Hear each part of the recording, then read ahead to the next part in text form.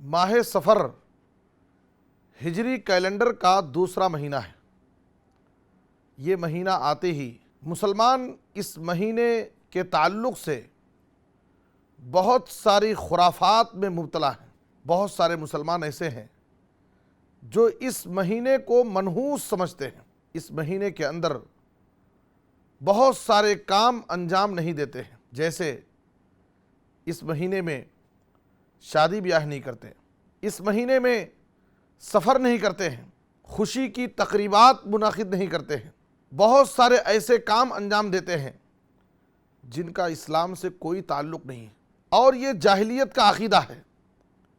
نبی صلی اللہ علیہ وسلم نے اس عقیدے کی تردید کرتے ہوئے فرمایا، لا عدوى ولا طیرتا ولا حامتا ولا سفر، بیماری کا متعدی ہونا، بدشگونی لینا، الو کا منحوس ہونا اور ماہ سفر کا منحوس ہونا، یہ سب باطل اعتقادات ہیں، یہ باطل خیالات ہیں، اسلام میں اس کی کوئی حقیقت نہیں ہے۔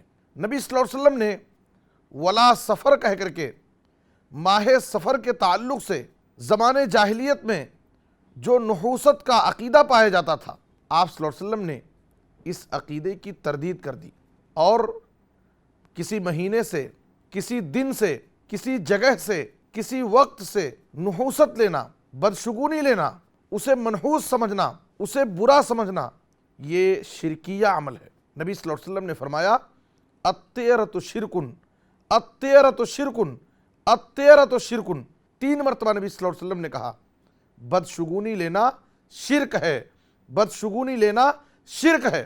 بدشگونی شرک کیوں ہے؟ اس لیے کہ ایک انسان جس چیز سے بدشگونی لیتا ہے، جس سے نحوست لیتا ہے، اس کو نفع اور نقصان کا مالک سمجھتا ہے۔ جیسے ایک انسان گھر سے نکلا، سفر پر جا رہا ہے، اچانک اس کے سامنے سے، اس کی سواری کے سامنے سے کوئی بلی گزر جاتی ہے، اب وہ اس سے نحوست لیتا ہے، وہ یہ سمجھتا ہے کہ میرا سفر کامیاب نہیں ہوگا، میں جس مقصد سے جا رہا ہوں اس مقصد میں میں کامیاب نہیں ہو سکتا، آگے میرے ساتھ کوئی حادثہ ہو سکتا ہے۔ اس نحوست کے عقیدے کی وجہ سے وہ انسان سفر سے واپس لوٹ جاتا ہے، وہ انسان وہیں سے واپس لوٹ جاتا ہے۔ تو اس کا مطلب یہ ہے کہ ہم نے بلی کو نفع اور نقصان کا مالک سمجھا، جبکہ حقیقی نفع اور نقصان کا مالک اللہ رب العالمین ہے۔ ہمیں اس بات کا عقیدہ رکھنا چاہیے، ما اصاب من مصیبت الا باذن اللہ، اللہ کے حکم کے بغیر کوئی بھی مصیبت نہیں آتی۔ جب تک اللہ نہ چاہے کوئی بھی مصیبت، کوئی بھی پریشانی ہماری زندگی میں نہیں آ سکتی ہے۔ اللہ تعالیٰ نے فرمایا، قُل لَن يُصِيبَنَا إِلَّا مَا كَتَبَ اللَّهُ لَنَا هُوَ مَوْلَانَا وَعَلَى اللَّهِ فَلْيَتَوَكَّلِ الْمُؤْمِنُونَ، آپ کہہ دیجئے کہ ہمیں ہرگز کوئی مصیبت نہیں پہنچ سکتی مگر وہی جو اللہ نے ہماری تقدیر میں لکھ دیا ہے۔ جب بھی ہمیں کوئی مصیبت لاحق ہو، ہمیں یہ سمجھنا چاہیے کہ یہ تقدیر کا فیصلہ ہے، یہ مقدر کی بات ہے۔ ہمیں اچھی تقدیر اور بری تقدیر پر ایمان رکھنا چاہیے۔ وہ اللہ ہمارا بہترین کارساز ہے، اور اہل ایمان کو اللہ ہی پر بھروسہ کرنا چاہیے۔ اور دوسری بات یہ ہے کہ تمام مہینوں کا خالق اللہ ہے، جیسے رمضان اور شوال کا بنانے والا اللہ ہے، اسی اللہ نے سفر کے مہینے کو بھی بنایا ہے۔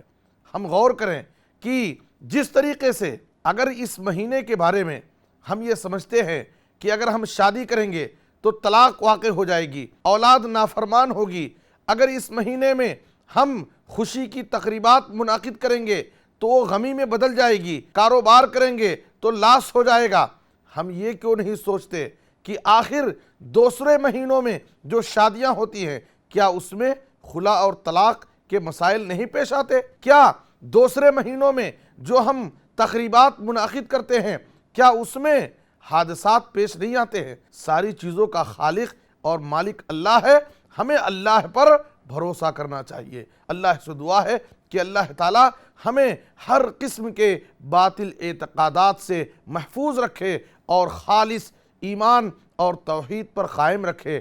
آمین. وصلی اللہ علی نبینا محمد وآلہ وصحبہ اجمعین.